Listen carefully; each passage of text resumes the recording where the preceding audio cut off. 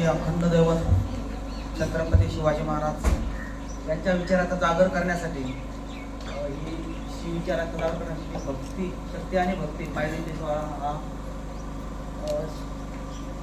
किल्ले माहुली ते शिवजन्मभूमी शिवनेरी किल्ल्यावर जात आहे. त्याचा मला खरं पाहिलं तर खूप आनंद होत आहे.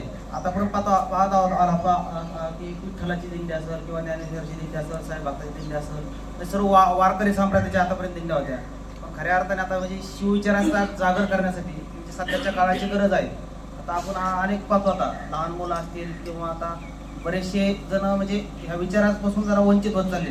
लहान मुलाच्या हातात आता पाहत आहोत आपण की प्रत्येकाच्या हातात जवळपास मोबाईल आलेला आहे. त्यामुळे हे पहिले पुस्तकं किंवा कादंबऱ्या किंवा आपले जे शिवविचार आपण किंवा बाकीचे कुठले असो, आंबेडकर असतील किंवा महात्मा फुले असतील, ह्यांचे विचार म्हणजे कुणालाच म्हणजे आतापर्यंत म्हणजे वाचत नाहीत मुलं. आणि शाळेत पण आता सगळं इंग्लिश स्कूल झाल्यामुळं ते आपल्या मागं पडत चाललेलं आहे. आता ही खरं काळाची गरज होती. तुम्ही सर्वांनी ह्याचा शिवविचारात जागर करण्यासाठी खऱ्या अर्थाने एक चांगला विचार म्हणजे जगात आपल्या महाराष्ट्रात किंवा पूर्ण भारतात जरी झाला तर हे चांगलंच आहे. मुलांना पण आपल्या शिवाजी महाराज कोण होते ह्याच्याविषयी एक चांगली जाणीव होईल.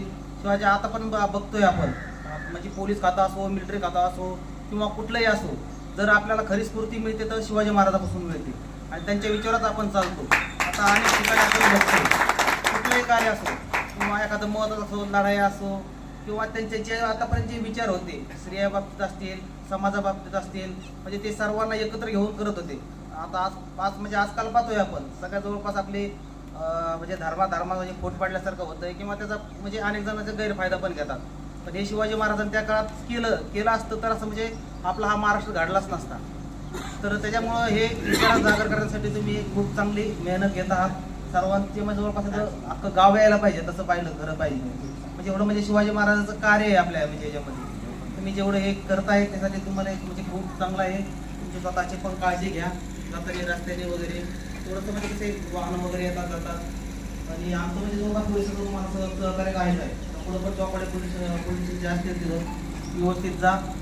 शिवविचाराचा चांगला जागर करा अशीच मी तुम्हाला एक विनंती करतो आणि तुम्हाला दिंड्यासाठी खूप खूप शुभेच्छा देतो.